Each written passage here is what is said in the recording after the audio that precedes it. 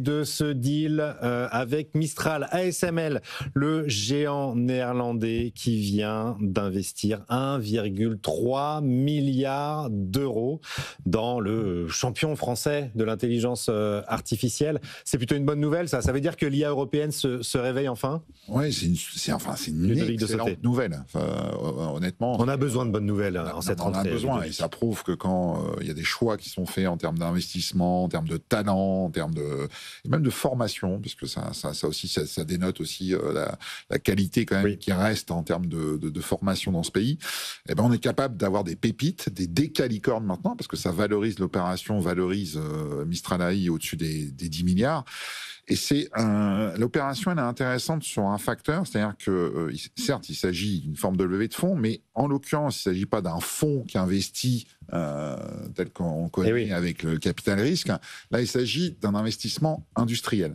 Alors oui, tout de suite, on se dit oui, mais alors Mistral AI, ça pèse maintenant 12-13 milliards comparé à Anthropic, qui est aujourd'hui valorisé aux États-Unis à près de 180 milliards. On se dit, oh là là, c'est tout. On est encore loin, hein. Oui, non, trop loin. Mais attention, d'abord, Mistral AI n'est pas sur le même terrain de chasse. Mistral AI n'est pas dans l'IA grand public. Donc on n'est pas sur les mêmes effets de levier, mais surtout là, on a un rapprochement industriel. Et le rapprochement industriel, c'est les rapprochements qui ont une valeur énorme dans le sens où c'est pas juste un fonds qui vient en soutien d'une pépite qui va grossir, c'est que là, derrière, cet argent va se transformer tout de suite dans une logique industrielle pour ASML, qui est un des gros acteurs quand même sur le marché du semi-conducteur au plan mondial. Le géant des puces. Oui, le géant des puces, et que l'IA de Mistral, quelque part, va rentrer en profondeur dans les procédés technologique et de production d'ASML. Donc on a un couplage là qui est fait, et ce couplage il est sur deux terrains sur lesquels honnêtement l'Europe soyons heureux ce matin de l'avancer. Finalement l'Europe est un peu aujourd'hui boxe à reculons. C'est d'un côté les semi-conducteurs et de l'autre côté l'IA. Donc c'est une très très bonne nouvelle. Maintenant il va falloir l'accompagner dans le temps, et il va falloir que chacun joue le jeu dans un évidemment. Alors ce couplage dont parlait Ludovic, c'est peut-être aussi la résultante du grand découplage mondial, c'est-à-dire que chaque bloc régional maintenant joue sa carte dans la recherche et le développement et dans l'innovation. Alors moi je trouve aussi que c'est une bonne nouvelle, mais pour encore une autre raison, comme quoi il y a beaucoup de raisons de se réjouir de cette opération, c'est que c'est pas tellement sur le côté industriel du rapprochement, c'est que c'est un investisseur européen. Et oui. Et que jusqu'à présent, quand on a une entreprise qui fonctionne bien en Europe et quand elle a besoin d'argent, la tendance naturelle, c'est de se tourner vers les États-Unis, parce que les marchés sont plus liquides. On n'a pas d'union des marchés de capitaux, toujours pas en Europe. Parce qu'il y a davantage d'appétence pour ce type d'entreprise là-bas. Là, je trouve ça très bien que ça soit un investisseur européen, et ça montre l'importance de trouver des financements en Europe, et qu'on peut en trouver si on a des projets qui valent la peine, ce qui est le cas en l'occurrence. Donc effectivement, d'où la nécessité de développer et d'orienter l'épargne. Nous étions alors qu'en fait, nous, on épargne énormément. Il faut absolument orienter l'épargne, non seulement française, mais européenne, vers des projets d'investissement qui sont porteurs d'avenir. Donc ça, c'est exactement le cas.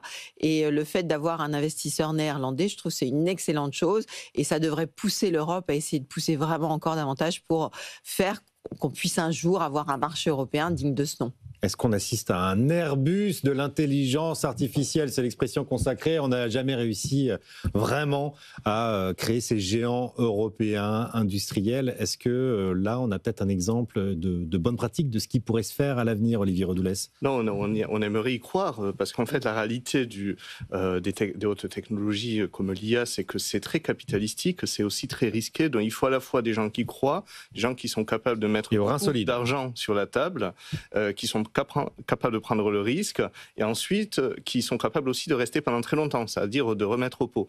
Donc là, on veut bien sûr y croire. En fait, pour un Mistral, il y a eu combien de startups qui ont sans doute échoué, peut-être des centaines, voire des milliers. C'est une bonne nouvelle, mais le sujet, c'est qu'il faut sans doute faire le maximum pour préserver, un peu comme si vous avez une jeune pousse dans un pot, pour préserver la croissance de ce joyau. Il faut protéger. Il faut protéger. Et donc, par exemple, on peut se se poser la question, que ferait le patron ou les patrons de Mistral s'ils étaient soumis à la taxe Zucman? Est-ce qu'à un moment donné, comment s'ils vont devoir voir leurs co-actionnaires ou leurs cofinanceurs dire j'ai besoin de me verser, je sais pas, 10, 20 millions de dividendes pour payer la taxe Zucman, ça risque d'être un vrai sujet. Ça veut dire qu'il faut aussi maintenir les conditions d'attractivité. En fait, le développement des entreprises, on a un exemple historique qui est très important, qui est Singapour, c'est en fait des conditions de température et de pression. En fait, il faut un environnement favorable, il faut du capital humain, des compétences, il faut qu'il y ait une administration qui soit à peu près clean, qu'il n'y ait pas trop de corruption et de justice qui fonctionne. En fait, c'est un ensemble d'éléments qui font que les entreprises normative et fiscale. Ce qui va compter, c'est que ça se mette en marche, en fait, qu'il y a un effet d'agrégation. Donc là, on voit une première agrégation qui est transnationale avec un Néerlandais et un Français. Et donc, on est en train de créer une sorte de cluster. C'est une première étape d'un cluster. Et donc, il faut lui donner sa chance, il faut l'accompagner. Il ne faut surtout pas commencer à rogner, à essayer de vendre la peau de l'ours avant de l'avoir tué, de tuer la poule aux œufs d'or, en quelque sorte. Je reviens sur ce qu'il dit sur cette dimension européenne qui est extrêmement intéressante parce que derrière, on sent un peu la patte de Bruno Le Maire, probablement. Et oui, qui a été nommé au conseil d'administration d'ASML après avoir quitté Bercy, et qui connaît bien Mistral. Aussi, peut-être sûrement involontaire, c'est Donald Trump, en fait, parce que la première partie de l'année qu'on a vécue à la fois sur les droits de douane, sur l'Ukraine et tout ça, il y a eu un moment de vertige européen sur cette notion de souveraineté, sur la dépendance, notamment dans les échanges commerciaux sur les services, et sur notre propre dépendance, sur des technologies qu'on sait, des technologies importantes et des technologies qui vont construire les décennies qui viennent, comme l'intelligence artificielle, comme les semi-conducteurs. Et là, dans cette logique de souveraineté, au-delà du mouvement capitalistique et de l'opération en milliards d'euros, il y a un enjeu de souveraineté également. C'est des technologies clés, semi-conducteurs d'un côté, IA, sur lequel l'Europe est relativement dénudée par rapport aux États-Unis, sur lequel Donald Trump a bien fait sentir que la laisse pouvait être très courte par moment de négociation. Et c'est un enjeu, c'est pas un petit enjeu. C'est-à-dire que ça sert pas à grand-chose de dire que l'Europe va investir dans la défense. Il y a des technologies derrière qu'on ne maîtrise pas, comme l'IA, comme les semi-conducteurs. C'est un enjeu majeur. Pour le coup, ça, Donald Trump a joué un peu comme un wake-up call en Europe, parce qu'on voit que ça commence à bouger, effectivement. Là, on parle de l'intelligence artificielle, des puces, on pourrait parler de l'armement aussi, avec 800 milliards d'euros qui doivent arriver au fur et à mesure.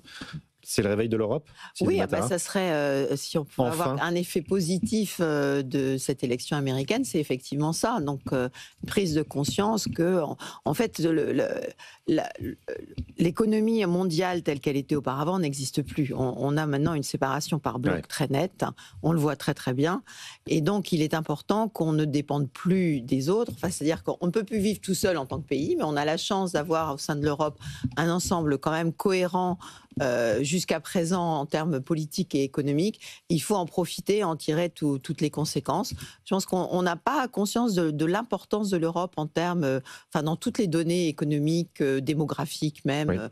C'est un marché considérable et il faut en tirer tous les bénéfices et prendre conscience qu'il faut quand même qu'on ait un petit peu d'autonomie sur ces aspects essentiels. Alors, en même temps, il y a beaucoup de chantiers à mener en Europe. Le rapport Draghi a été remis il y a un an, jour pour jour d'ailleurs. Il me semble que c'était le 9 septembre 2024. Mais c'est parce qu'en fait, on n'a pas assez d'Europe. On n'a pas besoin de moins d'Europe, on a besoin de plus d'Europe. Est-ce que le potentiel de croissance, il n'est pas à l'intérieur de nos échanges européens aujourd'hui, Olivier Redoulès? C'est qu'aujourd'hui, on a une forme de morcellement des marchés européens. Alors, il y a des chiffres qu'il faut prendre toujours avec des précautions, mais qui ont été estimés par le FMI et publiés en début d'année, où en fait, on s'auto-inflige, si on lit ces chiffres, des barrières douanières entre pays européens qui ne sont pas des vrais tarifs, qui sont en fait ce qu'on appelle des barrières non tarifaires, des réglementations différentes, d'avoir 27 régulateurs sur le marché des télécoms ou autres. Mais en fait, on s'auto-inflige des barrières douanières qui sont de l'ordre de 40% équivalentes pour les biens et 110% pour les services en moyenne. Donc en fait, on pourrait se dire, au fond, avant de lutter, ou plutôt que de lutter contre Trump, en fait, il faut qu'on règle nos propres sujets. Mais je croyais que l'Union européenne, c'était la libre circulation des biens et des personnes. C'est des biens, sans doute, et encore, parce qu'on a la preuve, c'est qu'on a quand même ces barrières douanières implicites. Des services, c'est loin d'être le cas. Des capitaux, encore moins. On a un vrai sujet de déficit de croissance, un peu de demande, et c'est peut-être le meilleur moyen qu'on voit ça. En fait, là où Trump nous bouscule, c'est qu'on est dépendant traditionnellement, structurellement, du consommateur américain. Oui.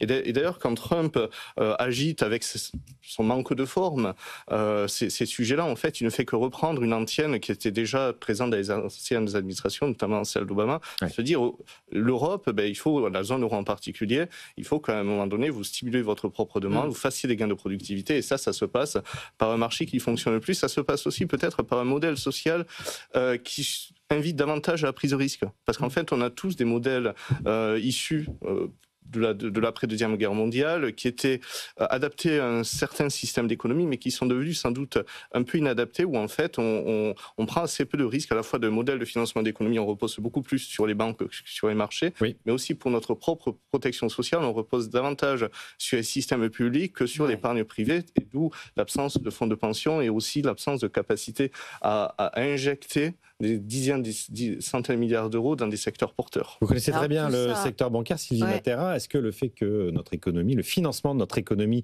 soit intermédiaire pèse finalement sur notre dynamique de croissance ? En fait, tout ce qui est dit là est totalement vrai, mais je crois que le principal problème, c'est la fragmentation. C'est-à-dire qu'on n'a pas d'unité. Enfin, on le voit, c'est très clair du point de vue des marchés, et ça correspond à ce que vous dites d'ailleurs, où du coup, comme on n'a pas de marché européen, les gens, quand ils ont besoin d'investissement, ils se tournent naturellement vers les banques ou vers les États-Unis quand c'est des financements de marché. Donc là, je pense qu'il y a un vrai problème de fragmentation. Et parce qu'on n'a pas d'unité politique et que chacun préfère être détenteur d'un pouvoir plus petit plutôt que détenteur d'une petite partie de pouvoir, mais dans un environnement plus grand. Je crois qu'aujourd'hui, on n'a plus vraiment le choix. Notre échelle nationale, sur plein de domaines, ça ne convient pas. Et c'est vrai qu'on se met nous-mêmes des bâtons dans les roues avec énormément de réglementations intra-européennes qui pèsent sur la productivité, et puis un environnement, peut-être un modèle global qui n'est plus adapté à ce dont on a besoin aujourd'hui. Mais pour ça, il faudrait quand même... Il y a énormément de choses à faire. Bon, d'abord, je pense qu'effectivement, il faut créer un marché. On n'a pas de... Enfin, je veux dire, avant d'avoir un marché unifié, il faut avoir un marché. Il n'y a pas de marché commun. Pas de marché commun. Bon, et Ursula von der Leyen est sous le coup des critiques en ce moment. Un, pour l'accord commercial signé avec Washington, et de deux, sur la lenteur pour mettre en place le rapport Draghi. S'il y a un marché commun, le seul qui existe, finalement, il a été créé autour du consommateur. C'est un peu l'histoire de l'Europe, finalement. C'est-à-dire que le consommateur a été placé au centre de la place. Là, on est dans une mécanique qui se retourne contre nous. On l'a vu, vous le disiez Raphaël à l'instant, cet été avec la négociation avec l'administration américaine et les 15%, c'est-à-dire ce qui a été vécu quand même comme un genou à terre de la part de l'Europe, qui n'est pas capable de peser avec finalement ce qu'il représente en termes de marché et de gonfler les muscles un petit peu tel que l'a fait la Chine, finalement. Et là, c'est une vraie question. C'est-à-dire que c'est une vraie question. Tout à l'heure, quand on parlait de Mistral AI, vous disiez, ça y est, peut-être qu'il y a la naissance d'un Airbus, mais pour un Airbus qui existe dans l'aéronautique, combien d'Airbus n'existent pas aujourd'hui en Europe? Je ne dis pas qu'il faut systématiquement des Airbus. On a tellement parlé d'Airbus, des télécoms, etc., développés à l'envie qu'on n'a jamais vu. Comment le marché est morcelé, et des fois sur des secteurs clés. On va prendre le secteur bancaire, qui est un secteur hyper morcelé, qui est encore dans la baronnie, mais vraiment très, sur lequel le rapport Draghi le pointe en partie. On a des enjeux fondamentaux en termes d'investissement, de marché de capitaux, en termes de taille critique pour aller boxer à Wall Street. En fait, réellement, il y a un rapport qui est sorti hier de Morningstar qui regarde sur une échelle des 15 dernières années ce que valent les entreprises européennes cotées au plan mondial. Il y a 15 ans, c'est-à-dire on était vers 2008, en gros 2008-2010, les entreprises cotées européennes pesaient au plan mondial sur les marchés boursiers 30%. C'est tombé à 15%. Voilà, c'est tombé à 15%. On a divisé par deux en 15 ans. Et tout ça, c'est la facture. Alors, il y a l'écart aussi. D'ailleurs, le ratio, on le voit, c'est le même que l'écart qu'il y a eu sur l'évolution du PIB entre les États-Unis et l'Europe depuis une quinzaine d'années, qui est fondamental. C'est-à-dire qu'il y a une dilution de l'Europe, il y a une dilution économique, il y a une dilution politique. Et ce que disait Sylvie est très juste. C'est-à-dire que là, l'Europe est au pied du mur. C'est quand même dommage de voir un pays, une zone qui épargne autant, voir son argent partir, alors qu'il y a de l'investissement, il y a un besoin d'investissement. Quand vous rencontrez les patrons, les chefs d'entreprise, disent que l'investissement devient de plus en plus compliqué, réellement, et donc on marche sur la tête. En même temps, avec Pardon, sur l'exemple, alors deux choses. D'abord, oui, l'investissement, j'ai dit que les gens épargnaient, mais non seulement quand ils veulent investir, cette épargne, elle va vers les États-Unis. elle va pas vers l'Europe. Oui, est-ce que c'est un problème? Moi, c'est la question que j'allais vous poser quand même, on a des besoins. En termes de balance des paiements. C'est-à-dire que si on prend le modèle japonais, où effectivement on a parlé de la démographie qui s'effondre, le Japon a fait le choix, avec l'épargne des Japonais, d'aller acheter des actifs à l'étranger pour tirer des dividendes. Est-ce qu'on ne pourrait pas... Alors, avant d'aller à ça, juste un exemple sur l'Europe bancaire. Quand on voit aujourd'hui que Unicredit veut racheter Commerzbank et que le gouvernement allemand lui met tous les bâtons dans les roues, tout ce qu'il peut pour qu'elle ne rachète pas Commerzbank, je veux dire, mais c'est pas possible. Les États-nations existent encore. On aurait la même situation en France, honnêtement, je pense. Non, je sais pas, parce que Emmanuel Macron avait bien dit à un moment, ce qui a fait chuter le cours de la dite, que ce serait pas un problème que quelqu'un d'autre achète la Société Générale, même une banque étrangère. Donc évidemment, après, le cours a plongé, mais là, quand on voit l'attitude des nationalistes, ou même l'Italie qui s'est bien redressée, enfin qui intervient d'un point de vue politique dans tous les mouvements en ce moment dans le secteur bancaire italien, il y en a beaucoup.